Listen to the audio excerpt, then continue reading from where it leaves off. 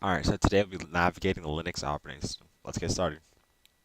We're going to open up our virtual machine that we created earlier, and it's going to take a second, but we're going to put it in full screen mode, just make things a little bit easier, look a little bit nicer. And we're going to get a login page. Username is still root, and the password is still tour, which is root backwards. That's just Linux's way of, Kali Linux's way of making things a little bit easier. We're going to open up a terminal, and this is going to look really menacing, really hard to grasp, but really, terminal is probably the easiest thing. All you're going to do is type in help, which is pretty self-explanatory. It's going to give us some help. We're going to maximize this, make it a little easier. CD, change directory. This is huge. So we're in the home directory right now. So if we did ls, which is list directory, or list of files, it's going to show us all the folders. We're in the home directory. If we go back one, we'll be in the root directory. So what root is the root of the file system. You cannot go any more back. It's just the same thing. So you have bin, boot, dev, etc, home. We don't worry about any of that. We have root because we are the root user. If we were just a user, we would cd to home, and that would have all our stuff in it, but home is empty because there's no users. So if we cd back to root, this is all we have to worry about.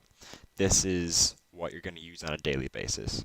So we're going to have our stuff in downloads. And if you download anything, that's where that's going to go. We have documents, desktop, pictures, public templates, and videos. Another one is dirs, that list directory. Echo, so if we wanted to echo something to the terminal, so echo and then hello world, and then it echoes it back. So this is good for piping things in. So if we wanted to pipe something to bash, we could do that later, but that's for a future video. We have exec for execute. We can make for loops just like in Java or Python. Function name for functions. Hash to hash things. History, that's a good one. We don't have much history right now, but if we type in history, that shows us our past commands all the way back down to the first one. And that stays for hundreds and hundreds of commands. Kill to kill processes. We have pwd. So pwd is it prints the working directory. So we're at root downloads. And then we have time. We can print the time that we have. We have wait to wait, execute a command after a number of seconds. But what's not in help is the good stuff. So if you ever want to do a penetration test and you want to know what your IP address is for your local area network, you're going to type in ipconfig. And what this does is it just shows, that's Windows, ifconfig, sorry. This shows your local area network address. It also shows your net mask, your broadcast address, your MAC address, and then it also shows another one because I have 2 Ethernet cards. But what if you have a wireless card on your laptop or phone? iwconfig lists all of your wireless interfaces. And I have no wireless interfaces right now. But if I plugged one in or if I put one in my motherboard, it would show it there. Also, we have base64. And base64 is good for encoding and decoding files that are base64 encoded, which is a lot of penetration testing, at least in CTFs and hack the box and stuff like that. It's really nice to have a built-in base64 decoder. But enough with terminal. Kali Linux is just like any other operating system like Mac OS or Windows. It has a file manager. So you can just go to your files without having to go through the terminal. You don't have to do anything like that. It shows your disk, all of that good stuff. You have Firefox, your web browser. This is Firefox ESR, which is Extended Release Revision. So this is a Firefox that's probably the oldest working Firefox because this is the Firefox that has the least amount of security flaws, the least amount of holes and patches that are rolled out to it. It's just the Firefox that works. And then we have Metasploit. So Metasploit is it's a penetration testing tool. We'll get into that later. Armitage is a graphical user interface for Metasploit and Nmap. Nmap is a network mapping, port scanning tool that we will look at later as well. Burp Suite for web penetration testing, like websites. Maltego for social media, email, stuff like that. B Framework, Faraday. That's just an IDE, like for penetration testing. It just gives you a nice user interface for things like that. And then LeafPad, if you just want to make some notes to yourself, or if you want to make a password list or a program like a little Python script. It's just like a normal notepad, and then you can export it as anything you want. No, I don't want to save changes. There's nothing there.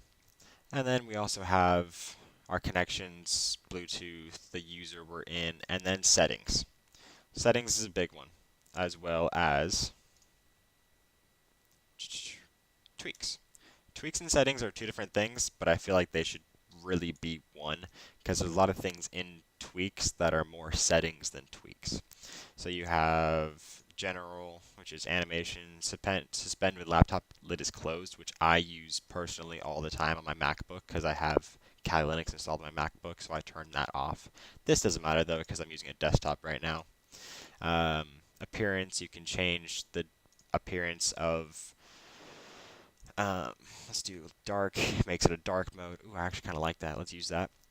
Cursor, we can change the cursor, icons, all of that good stuff. Extensions, I haven't really gotten to extensions, but there's extensions there if you need that for Kali Linux. Fonts, keyboard and mouse, you can change the shortcuts, so if you want different things. Startup applications, just like in Windows, I don't have any applications that start up with Kali Linux. Dot bar, you can change where it is, what it has. You can get rid of the clock, put the date, put the seconds, put all of them. Battery percentage, even though I don't have a battery, so it doesn't show up. Window title bars. If you work on Mac constantly and you want to use Kali as your secondary, put it on the left side. It'll feel just like a Mac. Put it on the right side if you want Windows.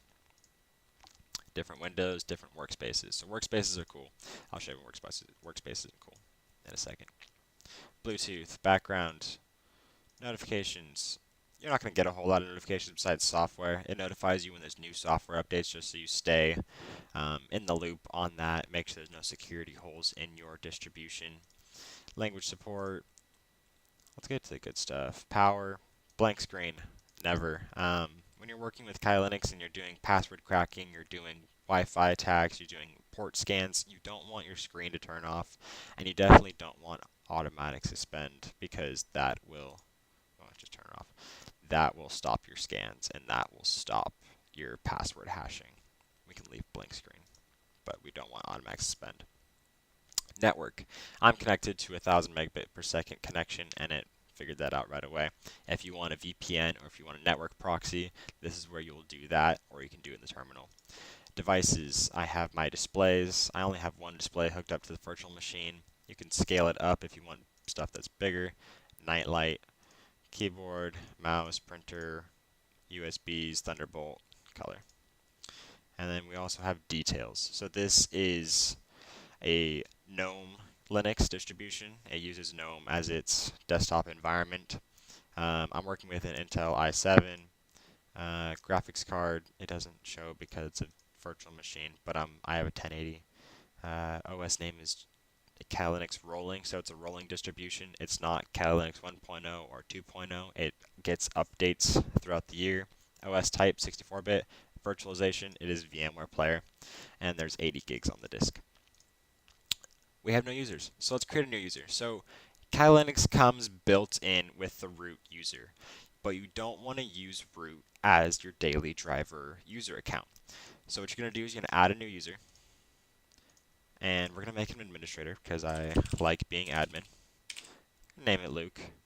We're going to set a new password,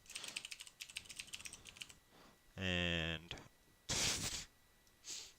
shh, it doesn't have my name in it. You didn't see that? That's not the password I use for everything. It's actually not. I use this password for everything, but you can't see that one, so it's good. And add. So now we have a new user account. So we're going to turn on automatic login because we don't want to log in as root every time. And we're going to log out. Log out. And then we're going to log in with Luke now. So type in your username and then type in your password. And now we are Luke. So if we go into the terminal, and now you're going to see we are Luke at Kali. So Kali is our host name, Luke is our user account. We're in a list directory, and it looks the same from here, but if we cd ... now we're in home. So now here's where all of our user accounts are going to be. So if we cd ... again, now we're at the root of the file system. So if we try and cd to root, this isn't our files anymore. This is root files. Only way we can access this is because we are an administrator, so we have super user privileges. So we're going to cd ... again, ls cd back to home. So now we're going to cd back to Luke. And that is all for this video. In the next video, we will do Wi-Fi penetration testing and hacking. I'll see you guys then.